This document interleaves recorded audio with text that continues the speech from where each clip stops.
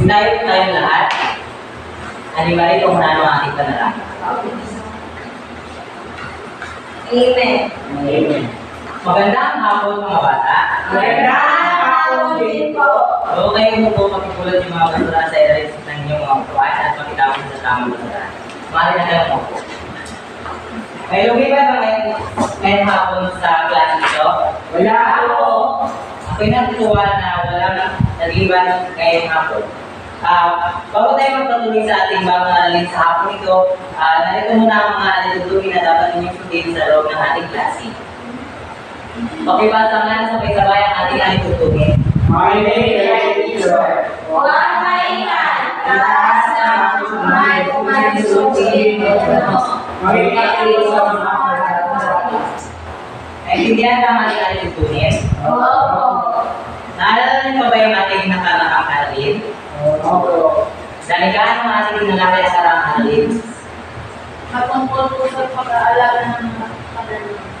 Magaling. Bigyan natin ang limang palakpak si Dalika. Ngayon ay magkakaroon tayo ng gawain. Pag-ibasa yung panuto. Umuo ng Diyos puso namin ang daliri o ay makinig sa mga Naintindihan ba ang panuto? Oo. Tapos na ba mga bata? Oo. Ako'y natutuwa dahil nasagot niyo ng tama ang ating gawain.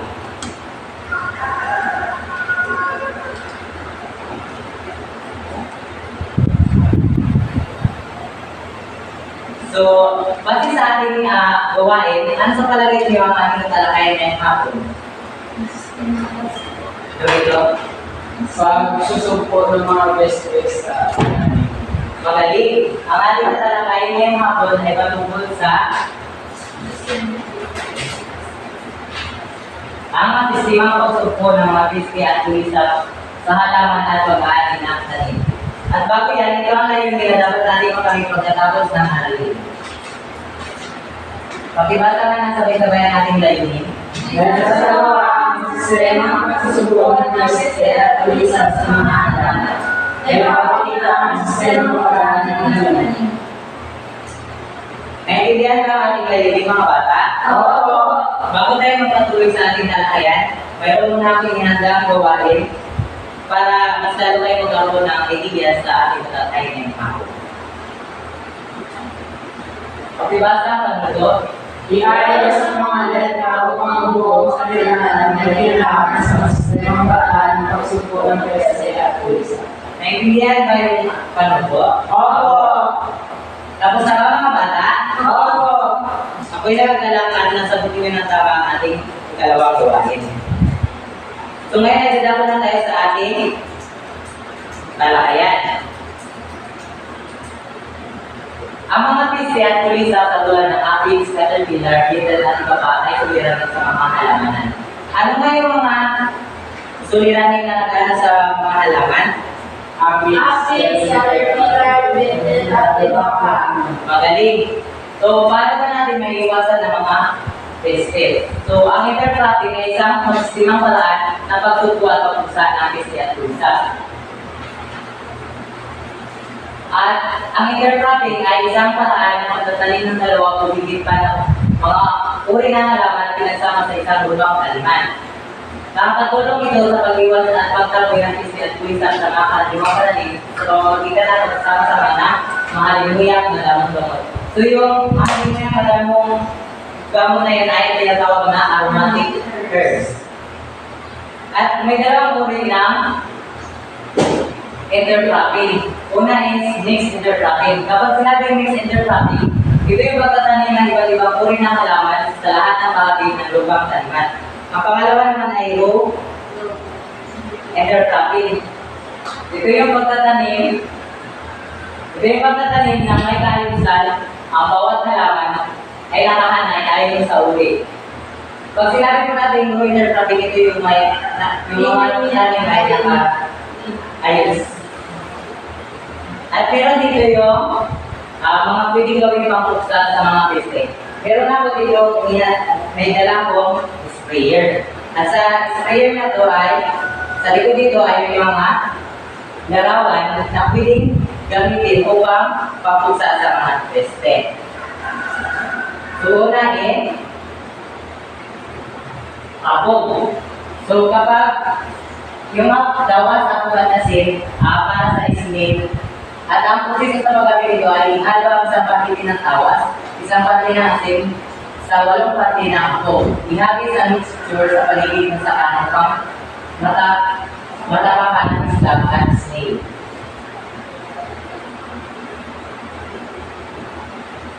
Ang pangalawa naman ay gata ng nyog. So, sa gata ng nyog naman ay para sa mga aphids, skin, insect, o uod. Ang proseso ng paggamit ng gata ng nyog ay kayo rin ang 2 nyog, lagyan ng 1 litrong tubig at bigayin, lagyan ulit ng 1 litrong tubig para sa 2 pagbiga. Ihalo ng mahigayan sa pirasong perla soup sa 2 litrong gata ng nyog hanggang matunaw. Ihalo ang isang pakiti ng gata na may sabon sa 10 litrong tubig at i-spray tuwing hapon. At ang ikatlo naman ay makabuhay o at yung tanglad. So ito yung tinatawag na makabuhay at ito yung tanglad. Ang proseso ng paggamit ng makabuhay at tanglad ay pakuluan ang isang oras ng 1 kilong sinadkad na katawan ng makabuhay, kalahating kilo ng tanglad sa 10 litrong tubig. Para piliin na ilagay sa bote, ihalo ang 4 hanggang 5 litrong sabaw at i-spray sa halaman sa hapon sa loob ng 2 araw. Ang pang-apat naman ay sili. So, ang sili naman ay para sa mga langgam. Ginagamit siya para papusa sa mga langgam. So, ang proseso ng paggamit ng sili ay una, dikitin ang isang lata ng sardinas na sili at ihalo ang 16 na litrong tubig na may natulang na 1 pirasong sabong perla. Pagkatapos ay spray sa halaman sa loob ng 2 hanggang 3 beses araw-araw tuwing hapon. At ang huli naman ay ang marigold. Marigold naman ay siya sa refilan sa mga insect. Ang proseso ng paggamit nito ay, so ito yung tinatawag natin na marigold, yung mabahong bulaklak. Bayuin ng 1 kilong tawag ng katawan kasama ang 1 litrong tubig. Ihalo sa 16 na litrong tubig, lagyan ng 1 pirasong sabong na perla. Ibabalik ng kalahating oras sa lagyan ng spray sa halaman tuwing hapon sa loob ng 3 hanggang 3 araw. So ngayon ay dadako naman tayo sa mga palatandaan na mga linahanihin ang taling na to sa paraan ng pagmamahal. So sa una, narito ang pechay musasa ng sugas. So ito yung palatandaan na mga linahanihin. Pakibasa na sabay-sabay. Dapat anihin bawat sika sa mga kalatandaan ng kalatandaan. So yan yung mga palatandaan na mga linahanihin ang pechay musasa ng sugas. So dapat anihin bago malasa yung mga takay niya at meron ng aniladaw yung bilang ng mga animal. At ang masong panahon ng pag-anin nito ay magbasa. Puri ang bakang karong sa lupa. Sumunod ay patula, ubo, sayuti, at kalabasa. Ito yung palatandaan ng mga kinahangin. Pakibasa na sa sabay. Kaya kayo susunod niya ang tulay. Gustong paraan ng pag-anin nito.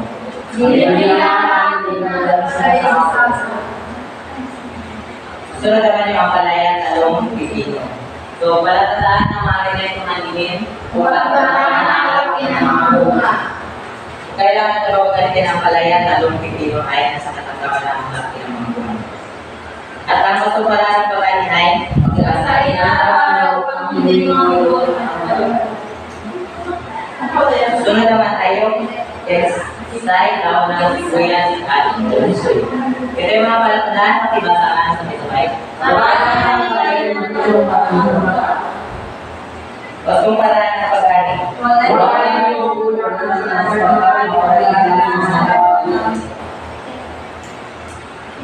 Naintindihan ba ang ating talakay ngayong hapon? Opo. Wala na bang katanungan? Wala na po. Kung wala na, magkakaroon tayo ng pangkatang gawain. Makibasa nga ng sabay-sabay ang pagtuto. Ang bigay na sa amin ng Diyos sa mga kabila. Naintindihan ba ang pagtuto? Oo. Tapos na ba mga bata? Oo. Ako'y natutuwa dahil ang yung mga sagot ay tama. So ngayon ay dadako na tayo sa ika-apat na gawain. Dahil ito ay tuklasin mo. Makibasa na ang pagtuto. Sulat mo ang huli na sa larawan at sulatin ang palatandaan ng mga nalulunin na pagsubagaan ng pangalan nito. Naintindihan ba ang pagtuto mga bata? Oo. Tapos na ba mga bata? Oo. Magaling.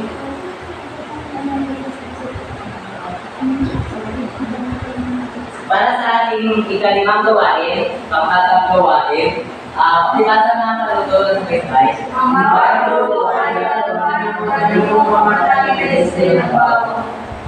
So, ang bawat grupo ay gagawa ng organikong pamatay kasi na gawa sa kawang. At narito ang pamatay na ito pabigyan kayo na gato.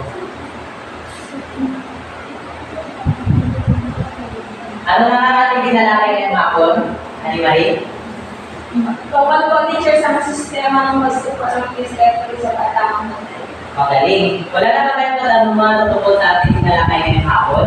Wala na po. Kung wala na, kumuha kayo ng papel at tayo magkakaroon ng next game pagsusulit. At bago yan, pakibasa mo na ang patuto. Basahin at gawain mabuti ang mga tanong. Piliin at sulat ang hindi na makasasagot sa mga papel. Tapos na ba mga bata? Opo. Pakibasa nga ang papel sa harap. At pagkuhan na rin ang iyong mga kwaderno at makapupya ang inyong tatlakaran. Bago yan, basahin mo na ang patuto. Basahin at sagutin ang tanong. Sa iyong palagay, paano makakasada ang mga pulis at preses ng mga tanong? Maaari tumayo ang lahat. Paalam mga bata.